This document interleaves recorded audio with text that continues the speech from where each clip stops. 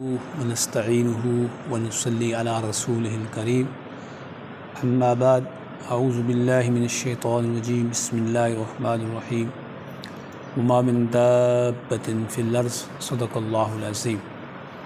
اس سے پہلے کہ آج ہم اپنے سبق کا آغاز کریں، میں تھوڑی سی وضاحت کرنا چاہتا ہوں کہ ہماری یہ جو ویڈیو کا سلسلہ چل رہا ہے، اس سے اصل استفادہ وہ لوگ کر رہے ہیں، وہ طلباء یا علماء جن کے پاس قرآن فہمی پہلے سے موجود ہے، مثلا وہ قرآن پڑھنا جانتے ہیں، عربک گرامر جانتے ہیں، ٹرانسلیشن جانتے ہیں اور تفاسیر کا مطالعہ رکھتے ہیں۔ اس کے بعد یہ جو پوائنٹس ہیں ان کی قرآن فہمی میں ان کے لیے بڑے مفید ہونے والے ہیں۔ تو انشاءاللہ ان ویڈیو سلسلے کے بعد ہم انشاءاللہ عربک گرامر کا کورس لے کر آ رہے ہیں، وہ ہر طالب علم کے لیے ہوگا۔ تو آج کا ہمارا سبق ہے قرآن پاک کے اندر دابۃ فی الارض۔ یہ جو جملہ ہے دابۃ فی الارض، یہ قرآن پاک میں 3 دفعہ آیا ہے۔ ایک میرے سامنے یہ سورۃ ہود ہے، پارہ نمبر 12 یہاں سے شروع ہو رہا ہے، فرمایا فما من دابۃ فی الارض۔ پھر اسی طرح یہی الفاظ ہمارے پاس ایک ہے، ہمارے پاس پارہ نمبر 20 ہے اور یہ سورۃ نمل ہے، اس کے اندر فرمایا دابۃ من الارض۔ اور اسی طرح فرمایا ہمارے پاس ایک اور صورت ہے جی، یہ ہمارے پاس سورۃ سبا ہے، اس کے اندر یہ الفاظ کو اس طرح ہیں جی دابۃ الارض۔ تو اب یہ 3 دفعہ قرآن پاک میں دابۃ فی الارض کے ساتھ ہمارے پاس موجود ہے۔ تو اب ہم دیکھیں گے کہ اس کے اسپیسیفک میننگ ہوں گے۔ اب ہم شروع کرتے ہیں۔ جب یہ آتا ہے وما من دابۃ فی الارض، تو یہاں سے مراد پوری دنیا ہے۔ گویا قرآن پاک میں جب آئے گا دابۃ فی الارض، یہاں سے پارہ نمبر 12 شروع ہو رہا ہے، تو اس سے مراد ہوگی پوری دنیا، یعنی جتنے بھی جاندار ہیں۔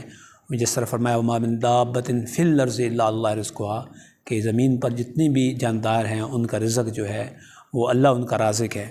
لیکن جب اس کے ساتھ ہمارے پاس یہی الفاظ ہیں، لیکن جب یہ آئے گا ہمارے پاس دابۃ من الارض، تو اب اس سے مراد یہ ہوگا یہ خاص قسم کا جانور ہے، اللہ فرما رہے ہیں جو قرب قیامت زمین سے نکلے گا۔ تو اس دابۃ من الارض سے مراد ہمارے پاس یہ وہ خاص قسم کا جانور ہے جو قرب قیامت یعنی کہ جس کا اعلان ہوگا اور وہ ہمارے سامنے آئے گا۔ اسی طرح دوسرا ہمارے پاس تیسرا یہ تھا ہمارے پاس دابۃ من الارض، اور جو تیسرا ہمارے پاس ہے وہ ہے دابۃ الارض۔ اب یہ ہمارے پاس سورۃ سبا ہے اور آیت نمبر 14 ہے۔ یہاں سے مراد دابۃ الارض سے مراد یہ ہے، اس سے مراد دیمک ہے، یعنی جیسے حضرت سلیمان علیہ السلام اپنی لاٹھی پہ کھڑے تھے اور ان کی لاٹھی کو دیمک نے چاٹ لیا اور وہ گر گئے، تو یہاں سے مراد دابۃ الارض سے مراد دیمک ہوگی۔ تو گویا دابت کے بعد ارض قرآن پاک میں 3 دفعہ آیا ہے، اور تینوں دفعہ اس کے معنی میں فرق ہے۔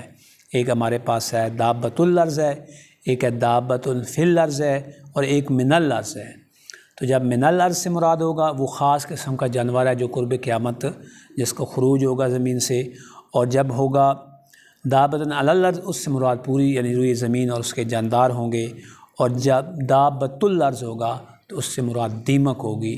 تو آج کا ہمارا یہی لیسن تھا۔ امید ہے انشاءاللہ اس سبق سے آپ کی قرآن فہمی میں انشاءاللہ اضافہ ہوگا۔ سبحان ربک رب العزت عما یصفون وسلام علی المرسلین والحمد للہ رب العالمین۔